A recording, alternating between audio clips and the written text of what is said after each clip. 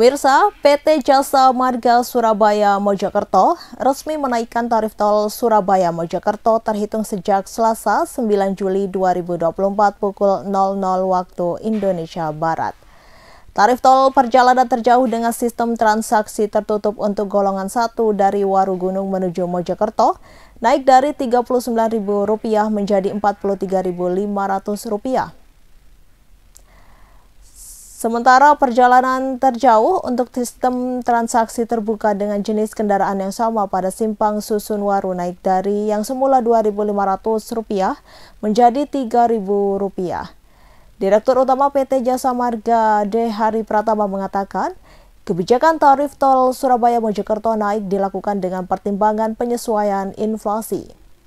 Kebijakan tersebut telah diatur dalam Pasal 48 Ayat 3 Undang-Undang Nomor 2 Tahun 2022 tentang perubahan kedua atas Undang-Undang Nomor 38 Tahun 2004 tentang Jalan dan Pasal 83 Ayat 1 Peraturan Pemerintah Nomor 23 Tahun 2024 tentang Jalan Tol. Hal itu Hari Pratama sampaikan pada Sabtu 6 Juli 2024. Adapun besaran tarif kenaikan tol Surabaya Mojokerto disesuaikan dengan inflasi Kota Surabaya periode 1 Desember 2021 sampai 31 Januari 2024 sebesar 10,16%. Selain menaikkan tarif, pengelola tol Surabaya Mojokerto juga meningkatkan pelayanannya seperti layanan transaksi, layanan lalu lintas, dan layanan pemeliharaan untuk memberikan keamanan, kenyamanan, dan keselamatan kepada pengguna jalan tol. Pemeliharaan rutin dan non-rutin di wilayah jalan tol turut dilakukan seperti pembersihan saluran, pemeliharaan sarana pelengkap jalan, perbaikan saluran drainase, pelapisan perkerasan jalan, dan pengecatan marka, jembatan, dan median jalan. Dan berikut ada daftar tol terbaru Surabaya Mojokerto.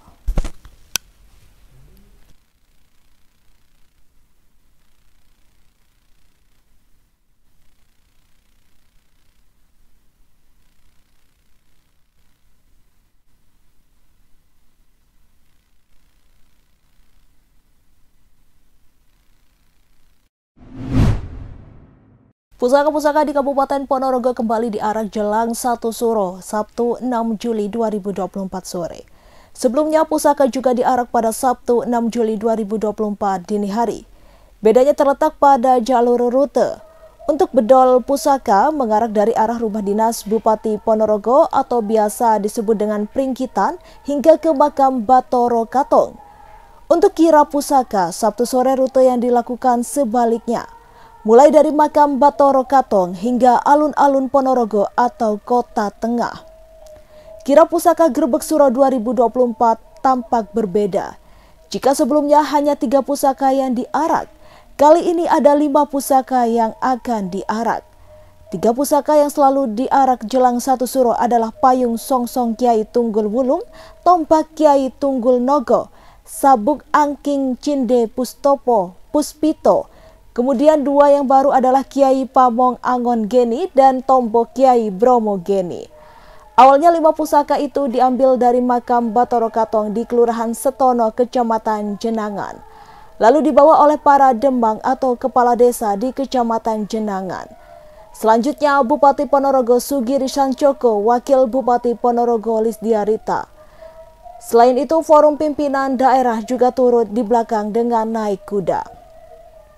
Sepanjang perjalanan, warga menunggu pusaka-pusaka milik Kabupaten Ponorogo yang diarak dari Kota Lama ke Kota Tengah sepanjang 7 km.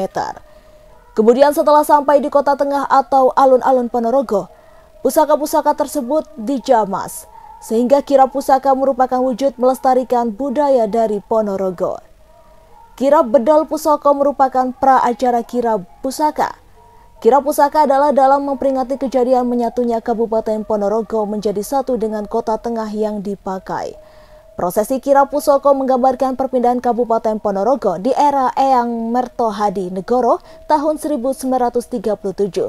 Gambaran Kadipaten Kota Lama ke Kota Tengah. Pasukan Israel kembali melarang warga Palestina memasuki Masjid Al-Aqsa di Yerusalem Timur pada Sabtu 6 Juli 2024. Larangan ini muncul menjelang dimulainya Tahun Baru Islam pada minggu ini. Menurut sumber setempat, IDF bersiaga di Kota Tua dan mencegah jemaah memasuki Masjid Al-Aqsa. Beberapa jemaah pun dipaksa meninggalkan Kota Tua. Pasukan pendudukan Israel juga menutup pintu gerbang kecil yang menuju ke masjid. Mereka mencegah umat muslim beribadah menjelang Tahun Baru Islam. Terlihat ribuan warga Palestina berkumpul di gerbang Kota Tua setelah mereka dicegah memasuki Masjid Al-Aqsa dan diusir secara paksa dari Yerusalem Tua. Ini bukan kali pertama Israel melarang umat muslim sholat di Masjid Al-Aqsa. Menjelang bulan Ramadan, IDF juga membatasi jamaah yang datang untuk beribadah. Padahal kali itu ratusan ribu jamaah muslim mencoba mengakses Masjid Al-Aqsa untuk salat khusus yang hanya dilakukan selama Ramadan. Masjid ini merupakan tempat tersuci ketiga dalam Islam setelah Mekah dan Madinah. Hampir bersebelahan dengan Masjid Al-Aqsa terdapat tembok barat, tempat salat tersuci bagi umat Yahudi. Pemirsa, kronologi seorang warga Kecamatan Seputi, Surabaya, Lampung Tengah, Provinsi Lampung, tewas tertembak di bagian kepala pada Sabtu 6 Juli 2024. Warga Dusun 1 Mataram Ilir itu tertembak ketika prosesi pernikahan sekitar pukul 10 pagi waktu Indonesia Barat. Ia diduga tak sengaja tertembak MKD, anggota DPRD Kabupaten Lampung Tengah yang melepaskan tembakan ke udara saat tradisi pernikahan. Menurut Komandan Koramil atau Dan Ramil Koramil 41109 Seputi Surabaya, Kapten Infanteri Gunawan, pada pukul 10 pagi sedang pesta pernikahan penyambutan pihak besan. Warga bernama Salam terkena peluru langsung larikan ke puskesmas setempat. Ia sempat dirujuk ke rumah sakit sebelum menghembuskan nafas terakhirnya di dalam perjalanan. Kejadian berawal ketika sejumlah warga menghadiri acara pernikahan di Lampung Tengah, Provinsi Lampung pada Sabtu kemarin. Pada prosesi pernikahan di Dusun 1 Mataram Ilir itu digelar penyambutan pihak besan dengan tradisi lepas tembakan ke udara. Saat itu MKD anggota DPRD Lampung Tengah diundang selaku tokoh masyarakat setempat. Oleh yang punya hajat, MKD diminta menjadi penyambut keluarga besan yang datang. Kabid Humas Polda Lampung Komisaris Besar Umi Fadilah mengatakan, dari hasil pemeriksaan sementara pelaku diberikan senjata api dan dia langsung mengokang karena dikira belum berisi peluru. Namun senjata itu sudah terisi peluru sehingga saat dikokang senjata itu langsung meletus. Korban yang duduk di kursi pun mendadak terjatuh. Setelah kejadian, korban bernama Salam sempat dilarikan ke puskesmas untuk mendapatkan perawatan medis. Saat itu pihak puskesmas memberikan rujukan untuk dibawa ke rumah sakit. Namun di dalam perjalanan, Salam pun menghembuskan nafas terakhirnya. Korban lantas diotopsi di Rumah Sakit Bayangkara Polda Lampung. Personil TNI Koramil 41109 Seputi Surabaya turut diterjunkan mengawal peristiwa tersebut. Komandan Koramil 41109 Seputi Surabaya mengatakan, dari laporan personil di lapangan, korban menjalani otopsi di Rumah Sakit Bayangkara Polda Lampung. Selanjutnya, kasus tersebut ditangani oleh Polres Lampung Tengah. Kapten Infanteri Gunawan mengatakan, pihaknya yang turun ke TKP mengidentifikasi MKD membawa 3 senjata api. Ketiga senjata api yang dibawa yakni pistol FN dan senapan laras panjang SS1. Saat ini barang bukti tersebut telah diamankan oleh pihak kepolisian, sementara anggota DPRD berinisial MKD telah menyerahkan diri ke Polres Lampung Tengah. Ia menjalani pemeriksaan oleh pihak kepolisian. Sementara itu, Kasih Humas Polres Lampung Tengah, AKP Sayyidina Ali membenarkan peristiwa di Lampung Tengah itu dan kasusnya sedang ditangani. Partai Buruh bersama dengan Konfederasi Serikat Pekerja Indonesia atau KSPI memastikan akan menggelar aksi di depan gedung Mahkamah Konstitusi Republik Indonesia pada Senin 8 Juli besok. Aksi itu akan digelar bersamaan dengan jalannya sidang lanjutan Judicial Review Omnibus Law Undang-Undang Cipta Kerja dengan agenda mendengarkan keterangan ahli dan saksi pemohon. Terkait dengan aksi tersebut, Presiden Partai Buruh Said Iqbal menyatakan, setidaknya akan ada 9 poin tuntutan yang akan disampaikan massa buruh. Yang pertama, konsep upah minimum yang kembali pada upah murah, di mana menurut Said Undang-Undang Cipta Kerja telah mengembalikan konsep upah minimum menjadi upah murah. Kedua, outsourcing tanpa batasan jenis pekerjaan, di mana tidak adanya batasan itu besar kemungkinan menghilangkan kepastian kerja bagi para buruh. Ketiga, kontrak kerja yang berulang-ulang, di mana aturan yang ada dalam Undang-Undang Cipta Kerja ini memungkinkan pekerja hidup tanpa adanya jaminan menjadi pekerja tetap. Keempat, jumlah pesangon yang murah bahkan hanya diberikan setengah dari aturan sebelumnya. Kelima, pemberhentian hubungan kerja atau PHK yang dipermudah yang membuat buruh tak memiliki kepastian kerja dan selalu berada dalam posisi rentan. Keenam, pengaturan jam kerja yang fleksibel, tidak menentu dan justru menyulitkan buruh untuk mengatur waktu antara pekerjaan dan kehidupan pribadi. Ketujuh, pengaturan cuti yang justru menimbulkan tidak adanya kepastian upah selama cuti, khususnya bagi buruh perempuan. Kedelapan, penggunaan tenaga kerja asing tanpa pengawasan ketat yang berpotensi menimbulkan kekhawatiran di kalangan buruh lokal. Kesembilan, hilangnya sanksi pidana bagi pelanggaran hak-hak buruh. Kondisi ini menurut Said memberikan kelonggaran bagi pengusaha untuk melanggar tanpa konsekuensi hukum berat. Atas adanya 9 poin persoalan itu, Said Iqbal bersama Partai Buruh dan KSPI menyerukan agar seluruh pekerja dan elemen masyarakat yang peduli untuk turun serta dalam aksi ini.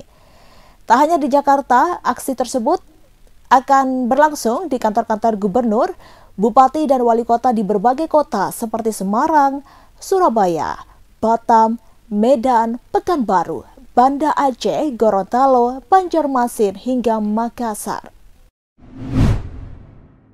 Jadwal semifinal Euro 2024 menyajikan pertandingan Spanyol versus Prancis dan Belanda versus Inggris. Duel Spanyol-Prancis digelar lebih dulu di Munich Football Arena, Rabu 10 Juli 2024 pukul 2 dini hari. Spanyol lolos ke semifinal setelah menang 2-1 atas tuan rumah Jerman dalam laga yang berlangsung hingga 120 menit. Tim berjuluk La Furia Roja itu menjadi negara pertama yang mengalahkan tuan rumah Euro pada perempat final sejak turnamen itu pertama bergulir 66 tahun lalu. Hasil melawan Jerman itu merupakan kemenangan kelima Spanyol sejak fase grup Euro 2024. Spanyol menjadi tim ketiga setelah Prancis dan Italia yang memenangkan 5 laga beruntun dalam satu edisi putaran final Euro tidak termasuk adu penalti. Menariknya, Prancis dan Italia berakhir menjadi juara setelah mencatatkan pencapaian tersebut. Sementara itu, Prancis dipastikan menjadi lawan Spanyol usai mengalahkan Portugal dengan skor 5-3 via adu penalti. Hasil serupa juga diraih Inggris saat melawan Swiss. The Three Lions menang 5-3 pada babak adu penalti usai bermain imbang 1-1 semalam. Hal ini kemenangan adu penalti pertama Inggris di Euro sejak perempat final turnamen yang sama pada 1996 melawan Spanyol. Inggris akan melawan Belanda di BVB Stadion Dortmund Kamis 11 Juli 2024 pukul 2 dini hari. Belanda lolos usai menang 2-1 atas Swiss. Ini merupakan kali ke-6 timnas Belanda tampil di semifinal Euro setelah 1976, 1988, 1992, 2000, tahun 2004, dan 2024. Hasil sidang pra-peradilan tersangka kasus pembunuhan Vina dan Eki Peggy Setiawan akan diumumkan Majelis Hakim Pengadilan Negeri Bandung pada Senin 8 Juli 2024. Salah satu kuasa hukum Peggy, Sugianti Iriani, pun berharap Hakim Tunggal Eman Sulaiman bisa memberikan keputusan yang objektif. Wanita yang akrab dipanggil Yanti ini yakin bahwa Peggy bisa bebas lantaran kliennya itu bukanlah pelaku pembunuhan Vina Cirebon pada 2016 silam. Sementara itu, salah satu kuasa hukum Peggy, Muhtar Effendi, menyatakan pihaknya optimis bisa memenangkan sidang pra-peradilan ini. Muhtar yakin di dunia ini tak ada yang bisa mengalahkan kebenaran. Selain itu, Muhtar juga buka suara mengenai kemungkinan gugatan pra-peradilan ini ditolak. Apabila pra-peradilan Peggy ditolak, menurutnya hukum di Indonesia sudah kacau balau bahkan hancur. Sementara itu, jelang putusan sidang pra-peradilan, ibu kandung Peggy, Setiawan Kartini, hanya bisa berharap agar hakim bisa memberikan putusan seadil-adilnya. Kartini juga berharap agar Peggy bisa bebas dari penjara. Bahwa Adakah perlu dilakukan pemanggilan terhadap calon tersangka? Itu ahli pun mengatakan, iya, apabila ada laporan maka harus dilakukan pemanggilan terhadap calon tersangka. Kalau tidak dilakukan itu, makanya inilah perkara sampai di sini. Ahli mengatakan begitu. Makanya ahli dari kami memohon kepada Polda Jabar agar dilakukan pemeriksaan ulang karena jangan sampai terjadi salah tangkap. Kemudian ada beberapa hal yang memang tidak dilakukan oleh Polda Jabar prosedural di dalam melakukan penanganan Peggy Setiawan ini, diantaranya yaitu pasal 184, bukti-bukti permulaan itu kan tidak cukup, bukti-bukti itu tidak merupakan keterkaitan dengan tindak pidana seperti ijazah, itu kan tidak ada keterkaitan dengan tindak pidana, tapi Polda Jabar tetap memaksakan seperti itu. Kemudian juga ada penyitaan, penggeledahan yang tidak ada izin dari pengadilan setempat. Walaupun izinnya dilakukan setelah penyitaan, itu tidak berlaku untuk perkara ini karena itu untuk perkara yang memang mendesak. Kalau pasal 38 ayat 2-nya. Nah, kalau misalnya penyitaannya dalam keadaan tidak mendesak, pasal 38 ayat 1 itu harus ada pada saat penggeledahan tuh surat penetapan dari pengadilan, izin dari pengadilan dulu. Nah, kemudian ini kan ada laporan Rudiana, tapi tidak dilakukan pemanggilan terhadap Peggy Setiawan dari 2016 itu, makanya penetapan tersangkanya dianggap tidak sah.